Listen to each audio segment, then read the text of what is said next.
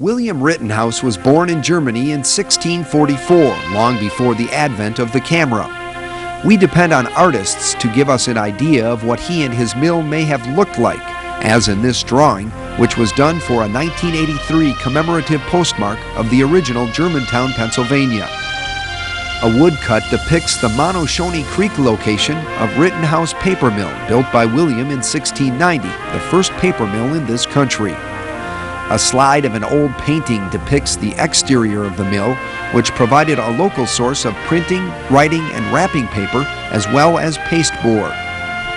Another piece of artwork gives us a bird's eye view of the interior workroom, where William and his son labored to produce 3 reams of recycled printing and writing paper each day.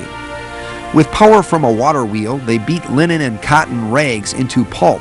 The paper was formed on a wire mold, squeezed in the screw press, and hung up to dry. Rittenhouse Cottage was the first structure in the village that is now known as historic Rittenhouse Town. It was the home of William, his wife, their 3 children, and several grandchildren. Inside, the magnificent 16-foot fireplace is still used for cooking demonstrations.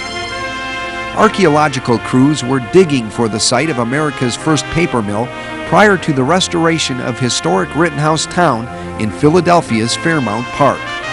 Today, papermaking workshops at Rittenhouse Town take place in a converted barn.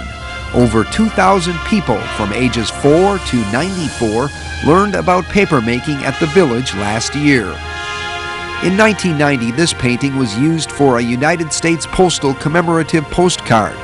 The original painting was unveiled at an API meeting in New York.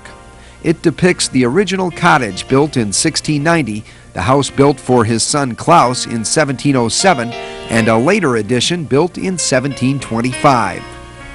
The Menoshoni Creek is still referred to as Paper Mill Run. This beautiful rural site was awarded status as a National Historic Landmark by the Department of Interior in 1992. William Rittenhouse would have been proud.